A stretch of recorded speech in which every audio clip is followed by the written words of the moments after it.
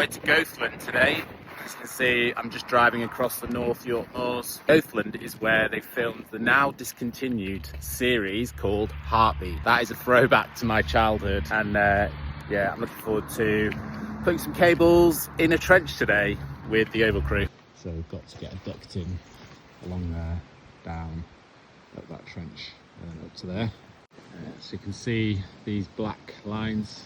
Those are solar panels, which are currently horizontal because they are trackers. They track the angle of the sun. We've decided the best thing to do is lay all the ducting out and pull the cable in first. Yeah, as you can see, it's an absolutely beautiful location. The river's flowing pretty well. We've had a lot of rain recently. And here's the little cottage. Yeah, absolutely beautiful setting, and I guess they've done quite well to get planning because we're actually in a national park here.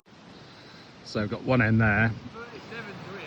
37 to the end of the first duct, and then the first duct, which Paddy's placing out there, is a 50-metre duct. I'm just trying to work out the best way to pull it into the second duct now, because by the time we got to the end of the first one, it was not easy. Right, well that's the power wall, and then the cable comes down around behind this big old tree, down here, under this fence, through this beck, up there, and down to there somewhere. Just come up here, around that corner, into the trackers. And then here are the trackers, just 3 on each.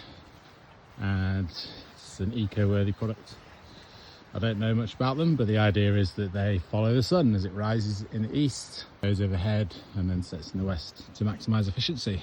And then it has this wind speed detector. If anybody knows the technical name for that, let me know. That came up in my GCSE science question and I knew the answer for it. It's called an anemometer, and I'm really pleased about that little fact from about 40 years ago when I was at school. Anyway, I'm guessing the anemometer is there to measure the wind speed. It exceeds a certain threshold, tell this to shut down and go into a safe position, which I'm assuming is horizontal as they are now. And we do have some eggs in a bucket. All right, well, we've successfully got our cable in through the little bog. Here's our ducting to supply our DC isolators. This is the AC side, and then we've started to dig for our earth rod, but there are footings and drains down here, so we're proceeding with caution. Made really good progress today, so happy with that. Good old Tesla.